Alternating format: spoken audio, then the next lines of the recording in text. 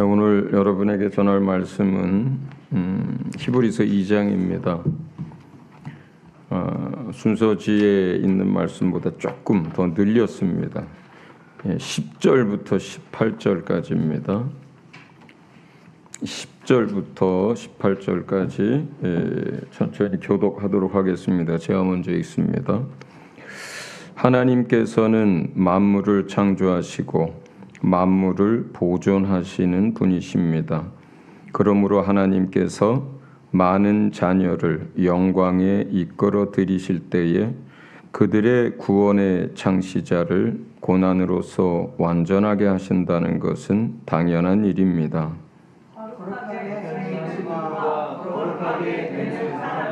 모두 한 분이신 아버지께 속합니다. 그러하므로 예수께서는 그들을 형제 자매라고 부르시기를 부끄러워하지 않으셨습니다.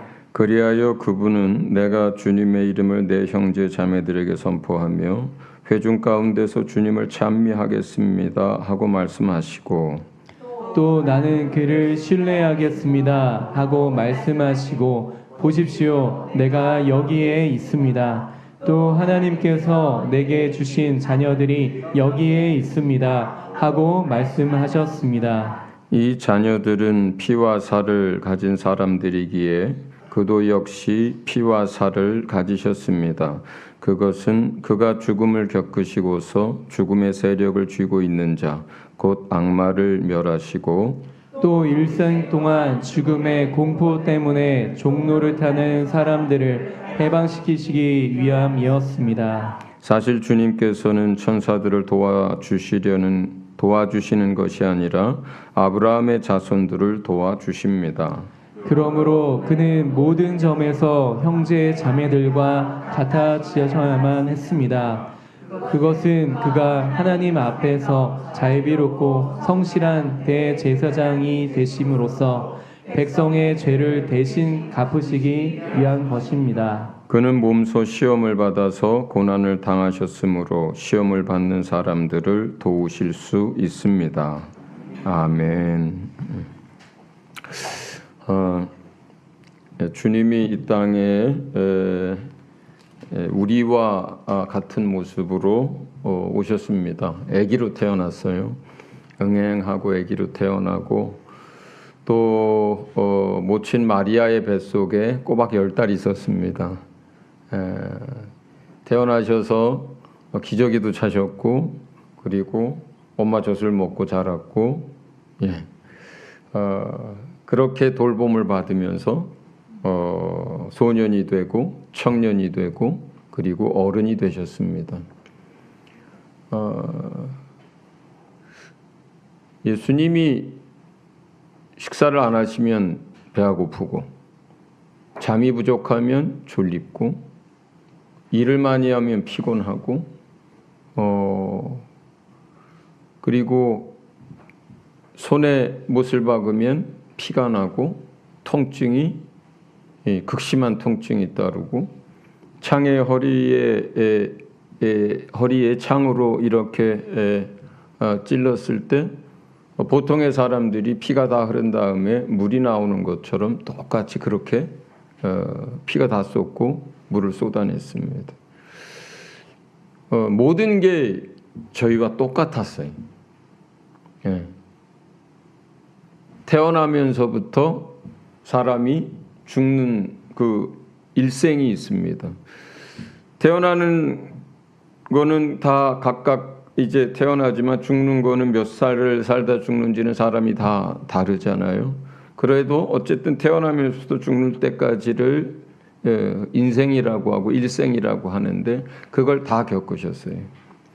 그러니까 오늘 말씀에 보면 우리와 같아지셨다 그래요. 우리와 똑같아지셨다 그래요. 예수님이 태어나시던 날 밤에 천사들이 찬양하는 이제 소리가 들렸습니다. 기도하시면서 이제 그 본문을 또 함께 이제 고백했지만 뭐라 그래요? 크리스마스 날 되면 제일 여러분이 많이 하는 고백하는 것 중에 하나가 하늘에는 영광이고 땅에는 이제 평화 또 기쁨 이제 이런 얘기를 합니다. 예수님이 이 땅에 오신 것으로 인해서 하나님의 뜻이 성취가 돼요. 또 예수님이 하신 일들을 통해서 하나님이 영광을 받습니다. 그리고 예수님이 이 땅에 오셔서 하나님을 영원토록 영화롭게 해요. 그래서 예수님이 이 땅에 오는 순간부터 죽는 날까지 성경에서 고백하는 건 뭐냐면 아버지 하나님께서 영광을 받으시옵소서 이 얘기예요. 태어날 때만 하늘의 영광이 아니라 예수님의 마지막 기도의 첫 소절은 뭘까요? 17장 1절 2절에 보면 예수님께서 아버지의 뜻대로 지금 고난받고 십자가에 못 박히게 됩니다. 바로 직전에 전날 저녁에 하는 기도예요. 이것을 통해서 어떻게 됐다 그래요? 내가 아버지를 영화롭게 했습니다. 이렇게 얘기해요. 태어난 날부터 마지막 그가 사역의 마지막이 그 기도신데 그때까지 했던 것들이 그래서 예수님을 통해서 영광을 받으셔요. 이 땅에 있는 사람들에게는 평화와 기쁨이 임합니다. 그렇게 기다리고 기다리던 메시아가 왔으니까 기쁘죠. 그리고 그 메시아를 통해서 하나님과 화평하게 될 것이기 때문에 우리에겐 평화가 있습니다. 죄로 인해서 멸망하고 죄로 인해서 죽음이 오고 죄로 인해서 고통스러웠던 이런 모든 것들로부터 해방되기 때문에 기쁨과 평화가 우리에게 있습니다. 그러면 하나님께는 말할 수 없는 영광이 되는 것이에요. 예수님이 이 땅에 오신다는 것은. 또 예수님이 이 땅에 오셨다는 것은 저와 여러분에게는 말할 수 없는 기쁨이고 드디어 우리에게 영원한 평화가 주어지는 겁니다. 그렇죠? 자, 그러면 예수님에게는 어떨까요? 이 땅에 예수님이 우리와 같은 모습으로 오신다는 것이 그리고 이 땅에서 삶을 산다는 것이 예수님에게는 어떤 걸까요? 전혀 달라요. 예수님에게는 비워야 하는 과정, 낮아지는 과정, 그리고 고난, 죽음, 대속, 섬김 이런 거예요. 우리는 메시아가 온 것으로 인해서 말할 수 없이 기쁘고 감사하고 이제 드디어 평화를 얻게 되고 하나님은 영원 전부터 계획하셨던 모든 것들을 그 아들이 마지막 때에 성취하셔서 영화롭게 되는 것인데 예수님 자신에게 있어서의 이 땅에서 태어난다는 것은 전혀 다른 의미예요. 세상 사람들은 죽기 위해서 태어나는 게 아니에요. 어차피 태어나면 다 죽는다고 하는데 그것은 세상 사람들이 하는 얘기고요. 하나님에게 있어서 한 사람이 태어난다는 것은 죽기 위해서 태어나는 게 아니라 영원한 하나님의 나라에 하나님의 자녀로 들어가기 위해서 태어나게 하시는 거예요. 예. 그렇죠? 예. 그런데 예수님은 이 땅에 오시는 이유가 그렇지 않아요. 죽기 위해 오는 거예요. 처음부터. 목적이 죽기 위해서 오신 분이세요. 우리는 영원한 삶을 얻고 자녀가 되고 그 하나님의 나라에 들어가기 위해서 태어나는 거거든요, 사실은. 하나님이 그래서 한 사람 한 사람 태어나게 하시는 거예요. 그리고 그 인생 동안에 육체의 호흡이 다하기 전에 하나님이 원하셨던 그 목적대로 사람들이 구원 얻기를 바라십니다. 그런데 예수님은 이 땅에 태어나시는 이유 자체가 죽기 위해서예요. 그가 우리와 같은 혈육을 입게 된 것도 죽기 위해서예요. 그가 우리와 똑같이 된 것도 고난당하고 죽기 위해서예요. 우리가 죄라고 하는 이 단어 자체가 빚을 진다라고 하는 거랑 같은 어원이라고 말씀을 드렸습니다. 그러니까 우리가 100만 원을 누구에게 빚을 지면 얼마를 갚으면 돼요? 100만 원 갚으면 돼요. 그렇죠? 죄를 진다는 것은 그 죄의 삭을 갚으면 끝나는 거예요. 더 이상 죄와 상관없게 되는 거예요. 매이지 않는 거예요. 그런데 죄를 지으면 갚아야 될 것이 우리의 영원한 생명이에요. 죽음이에요. 그래서 사람을 살리고 사람이 지은 죄를 대속하려면 같은 값어치가 되셔야 돼요. 금을 빚졌으면 금으로 갚고, 은을 빚졌으면 은으로 갚고, 100만 원을 빚졌으면 100만 원을 갚아야 하는 것처럼 우리와 아주 똑같이 되셔야만 되는 거예요. 그게 예수님의 탄생입니다. 그런데 우리가 성탄절날을 맞이하면서 주로 우리가 생각했던 것들은 하나님에게는 어떤 의미이고 우리에게는 죄인으로 살다 구원받은 우리에게는 어떤 의미인가에 사실은 생각이 항상 가 있었습니다. 그런데 그 예수님이 태어나셨는데 그 태어난 당사자의 입장에서 그 탄생을 한번 생각해 보면 이렇게 달라집니다. 예수님이 이 땅에 태어나셔서 오늘 본문에 몇 가지 이야기가 있습니다. 그 태어나신 이유, 그리고 태어나셔서 죽고 고난당하고 힘들어하고 섬기는 이런 모든 삶을 살아야만 하는 그 이유 몇 가지가 오늘 본문에 나와요. 첫 번째는 그렇게 해야 온전하게 돼서 합당하게 된다는 이런 표현들이 있는데 그 앞에 구절은 이렇게 되어 있습니다. 그러므로 하나님께서 많은 자녀들을 영광에 이끌어 들이실 때, 여기서 많은 자녀들이라고 하는 것은 구원받은 백성들이에요. 구원받은 하나님의 백성들을 그 영화로운 하나님의 나라에, 그리고 영광과 존귀를 얻게 해서 그 나라에 들어가게 할 때에, 그 나라에서 살게 할 때에 그들의 구원의 창시자를 고난으로서 완전하게 하신다는 건 당연한 것입니다. 이렇게 되어 있어요. 만약에 예수님이 이 땅에 내려오셔서 우리와 같아지고 죽음과 고난을 경험하는 일이 없었다면 예수님이 그냥 영원한 하나님의 나라에 왕으로 그냥 등장하셨어. 왕자였다가 그냥 왕이 돼버렸어.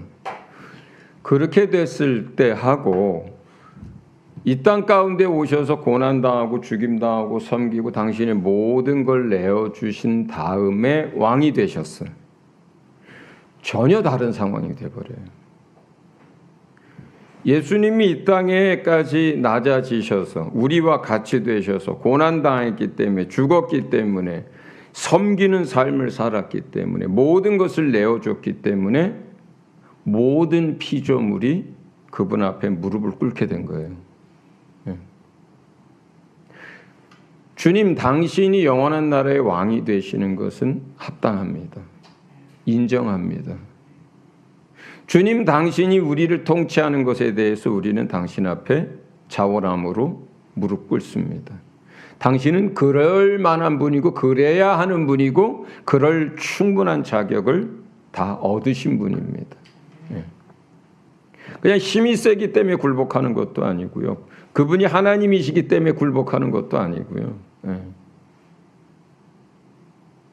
그분이 그냥 하나님이고 힘이 강하고 전능하신 분이고 창조주여서라면은 인격을 가진 많은 사람들은요, 그 마음으로부터, 중심으로부터 굴복하지 않고 겉모습으로만 굴복할 수 있어요. 왕이니까, 힘이 세니까, 창조주니까, 하나님이니까 하고 무릎을 꿇을 수 있습니다. 그런데 그 중심으로부터 그렇게 되지 않는 많은 인격체들이 생깁니다. 타락한 마귀가 그런 케이스인 거예요. 함께 타락한 3분의 1이나 되는 천사들이 그런 케이스인 거예요. 또 그 마귀에게 유혹을 받아서 타락한 수많은 아담 이후의 인류들, 하나님을 대적하는 그 모든 인격체들이 다 그런 거예요. 아담이 하나님이 창조주인 걸 몰라서 불순종하고 타락하게 될까요? 하와가 몰라서 그랬을까요? 아니면 가인은 몰라서 동생 때려 죽이고 그렇게 됐을까요? 마귀는 하나님이 창조주인 걸 몰라서 타락했을까요? 3분의 1이나 되는 엄청난 많은 수의 천사들이 그 마귀를 따라서 타락하는데 그 천사들은 하나님이 창조주인 걸 몰라서 그럴까요? 아는데 하나님을 대적합니다. 아는데 하나님을 배신합니다. 아는데 자기가 하나님이 되려고 합니다. 아는데도 불구하고 스스로 영광을 받으려고는 자리에 서려고 합니다. 인격을 가진 존재는 생각도 있고 지혜도 있고 다 할 수 있는데요. 마음의 문제, 이 중심의 문제는 다른 거예요. 그런데 예수님이 모든 걸 버리고 이 땅에 오셨기 때문에 그가 가장 낮은 곳까지 임하셨기 때문에 그가 모든 고난을 다 받으셨기 때문에 하나님이신데도 불구하고 피조물을 위해서 죽었기 때문에 영광의 자리에 오르셔야 하고 섬김을 받으셔야 할 그분이 주가 되시고 왕이 되신 분이 이 땅에서 사시는 동안 섬기는 삶을 살았기 때문에 고통받아 보셨기 때문에 창에 찔려봤기 때문에 말할 수 없는 그 고통에서 폐가 터지는 것 같은 그 목마름 속에서 당해보셨기 때문에 그리고 죽었기 때문에 누가 그렇게 하신 거예요? 하나님이 그렇게 하신 거거든요. 하나님 자신이 그런 삶을 사신 거거든요. 그게 예수님의 태어남과 죽음이거든요. 그리고 그 모든 것들이 마귀를 멸하시고 그리고 믿는 자들을 구원하시기 위한 것이었기 때문에 그리고 제사장으로서 대제사장으로서 자기가 돕는 사람들을 그 모든 걸 이해하시기 위하시였기 때문에 그런 이유였기 때문에 그 상태에서 죽으시고 부활하셨어요. 그래서 모든 피조물들이 그 앞에서 할 말이 없는 거예요. 모든 피조물이 합당하다고 여기는 거예요. 예수님이 왕이 되는 게 합당합니다. 예수님이 우리를 통치하는 게 합당합니다. 예수님이 우리를 영원히 다스려 주십시오. 그런 분이라면, 예수님 같은 분이 우리의 왕이라면 우리는 행복하겠습니다. 우리는 그것을 원합니다. 자기 백성을 위해서 자기 목숨을 내어주시는 분이라면, 그런 분이 우리를 다스린다면 우리는 우리 마음으로부터 우리 영혼 다해서 영원토록 따르겠습니다. 찬양하겠습니다. 섬기겠습니다. 이게 첫 번째 이유예요. 하나님이시라도 아들이시라도 고난을 통해서 온전케 되고 만왕의 왕으로서 합당하게 되시기 위해서, 그래서 첫 번째로 그분이 우리와 같이 된 겁니다. 두 번째는 우리와 같이 되어야 저와 여러분의 사정을 알아요. 태어나면서부터 부자고 죽을 때까지 부자했던 사람은요, 가난이 뭔지 몰라요. 쌀이 떨어졌다 그러면 라면 먹으면 되지 이렇게 얘기해요. 이해를 못해요. 태어나면서부터 왕자로 태어나고 공주로 태어났다가 그러다가 무슨 백작 또 무슨 대군 이렇게 얘기하다 이렇게 죽은 사람들은요, 노비의 삶이 어떤 건지 몰라요. 백정이 어떤 삶을 사는지 몰라요. 어떤 천대를 받고 어떤 수모를 받고 어떤 역임을 받고 사는지 모릅니다. 병들어 보지 않은 사람들은 아픈 사람들의 그 힘든 걸 알 수가 없어요. 예. 얼굴이 정말 못생겨 보지 않고는 그 못생긴 사람의 삶이 어떤지를 잘 이해하기 어렵습니다. 사람은 그래요. 사람은 그래요. 예. 예수님이 우리와 같이 되셔야만 하는 두 번째 이유가 그거예요. 그래야 우리를 하나님 앞으로 이끌 뿐만 아니라 우리를 대변하고 우리를 도울 수 있는 대제사장이 됩니다. 네.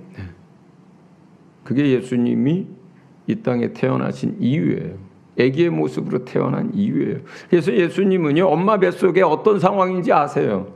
태어나자마자 아기가 어떤 상황인지를 압니다. 수아시아 주와 요만한 나이 때가 어떤 건지를 알아요. 청년의 때가 어떤 건지를 알아요. 장년이 돼서 어떤 기술을 익힌다는 것이 어떤 것인지, 먹고 살기 위해서 일을 한다는 게 어떤 것인지, 이걸 다 알아요. 왜 그렇습니까? 그렇게 살아보셨기 때문에 그렇습니다. 사람이 누군가에게 멸시를 당한다는 것이 어떤 건지를 알아요. 멸시를 당해보셨기 때문에 그래요. 누군가에게 수치를 당하고 모욕을 당한다는 게 어떤 건지 알아요. 당해보셨기 때문에. 배신당한다는 게 어떤 건지를 알아요. 당해보셨기 때문에 그래요. 손가락질 당하는 게 어떤 건지 알아요. 아침을 굶는다는 거, 먹을 게 없어서 굶는다는 게 어떤 건지 알아요. 굶어보셨기 때문에 그렇습니다. 모함을 받아서 억울하게 죽임을 당한다는 게 어떤 건지 알아요. 그렇게 죽으셨기 때문에 그렇습니다.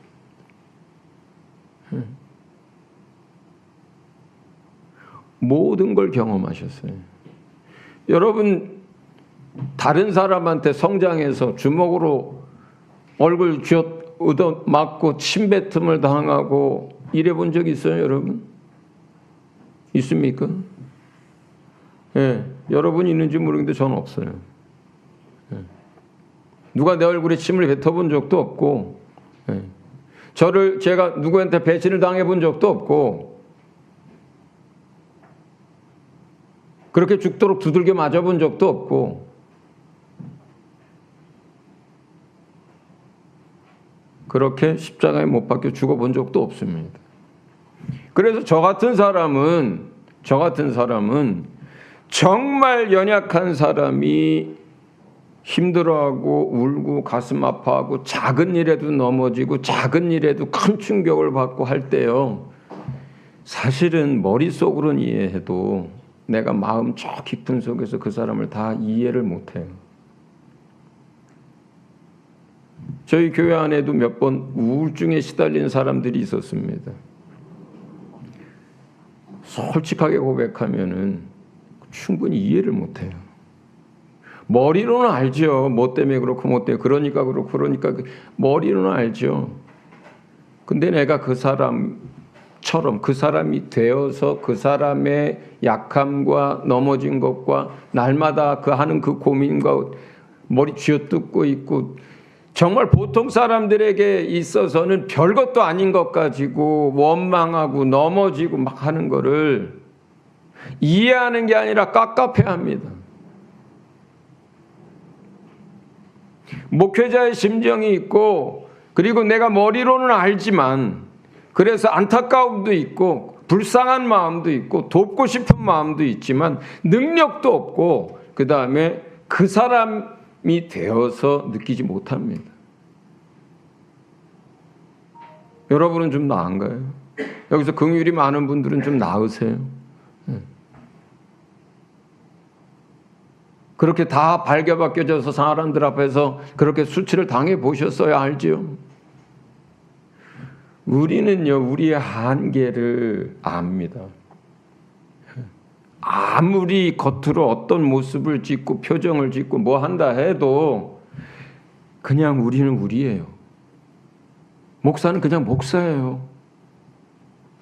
여러분도 마찬가지입니다. 우린 그걸 알 수가 없어요. 왜냐하면 우리가 노력은 하고 또 그렇게 기도는 하고 그런 마음을 주님께 달라고 하고 받은 은혜가 있어서 받은 사랑이 있으니까 사랑하고 이해하려고 하고 도우려고 하는 것뿐이에요. 그러나 예수님은 달라요. 예수님은 달라요. 인간으로서 겪을 수 있는 모든 것들을 다 겪으신 분이세요. 그래서 누구든 어떤 상황이든 어떤 문제든 어떤 어려움이든 어떤 죄를 짓든 어떤 상황에서 넘어졌든 실수를 했든 그것에 대해서 가지고 나갈 때 그것을 100% 이해하고 받아주고 대변하고 고쳐주고 도울 수 있는 분입니다. 할렐루야. 그러기 위해서 사람이 되신 거예요. 그러기 위해서. 우리는 이런 예수님이기 때문에 그분 앞에 자원함으로 무릎을 꿇고 그분 앞에 소원함으로 이 세상 왕들로부터 얼마나 많은 배신과 실망들을 많이 겪었습니까? 그러나 예수님이 우리의 왕이고 우리를 통치해 주신다면 우리는 기꺼이 그 통치를 받겠습니다 하는 사람들이 된 것입니다. 할렐루야. 이제 주님은 우리에게 나를 따라오라고 하시면서 얘기를 합니다. 그리고 주님은 주의 일에 동참하는 자에게, 주님의 고난에 동참하는 자에게, 주를 따르는 자에게 똑같은, 주님에게서 일어난 그 똑같은 일이 일어날 거라고 합니다. 어떤 말이냐면 우리가 그냥 구원을 얻은 상태에서 그냥 하나님 나라 쭉 가버렸어요. 그냥 가가지고 거기서 10고을 다스리는, 한 나라를 다스리는 권세를 얻었어요. 예수님 아래서. 그러면 그 밑에 10고을이면 한 고을에 500명씩만 해도 5,000명이야. 예를 들면 한 나라를 다스리는 권세를 받았어요. 뭐 3천만 명, 뭐 1억이 됐어요. 그 인구가. 하나님 나라에서 얘기하는 거예요. 그러면 그냥 똑같이 이렇게 살다가 구원 얻었어요. 그리고 하나님 나라 갔어요. 근데 그냥 우리를 다스리는 통치자가 됐어. 예수님 아래서. 통치권을 받았어요. 여러분 어떨 것 같아요? 특혜죠, 그냥. 낙하산이에요, 그렇게 되면. 합당합니까? 여러분 마음으로부터 우러나서 그래 너랑 나랑 다 똑같은 구원 얻은 사람이지만 그냥 예수님이 세웠으니까 우리가 네 통치를 받을게, 그냥 그렇게 넓은 마음으로 그게 받아들여질 것 같아요? 안 그렇습니다. 안 그렇습니다.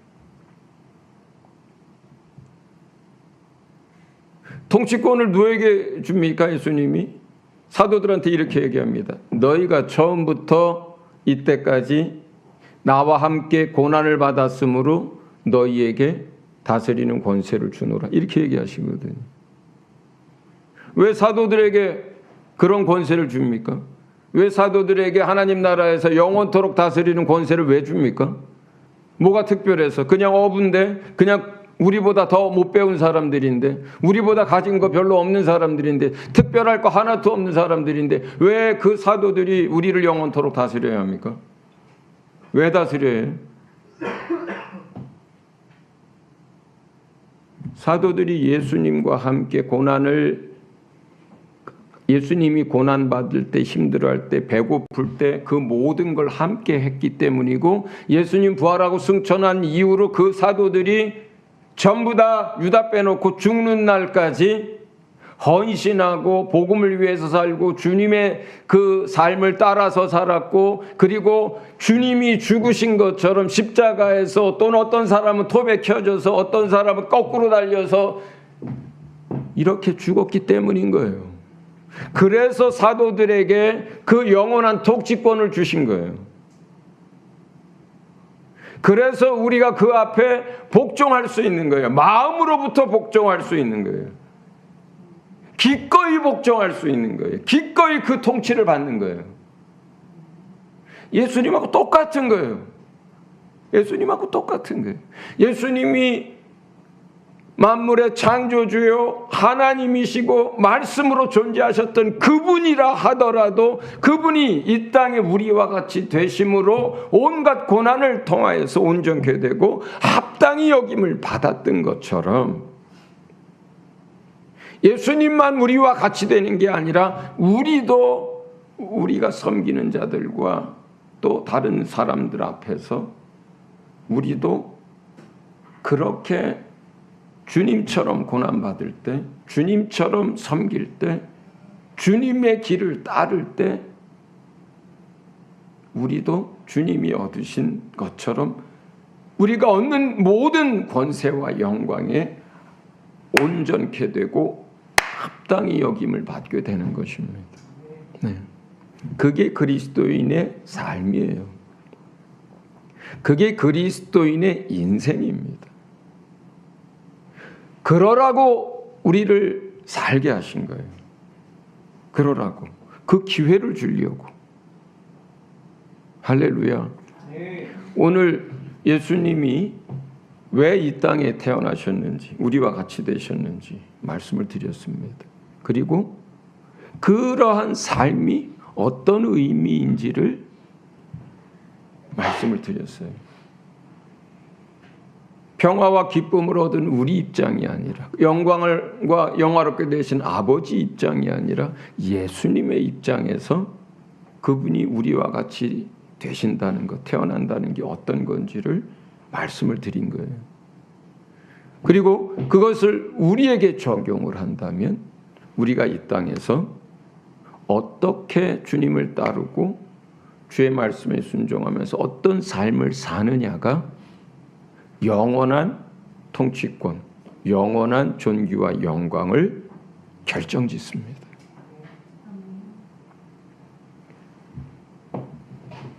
우리 모두가 예수님의 삶을 오늘 성탄절을 맞이해서 예수님의 태어난 것이, 예수님의 삶에 대해서 다시 한번 여러분 마음에 깊이 새길 수 있었으면 좋겠습니다.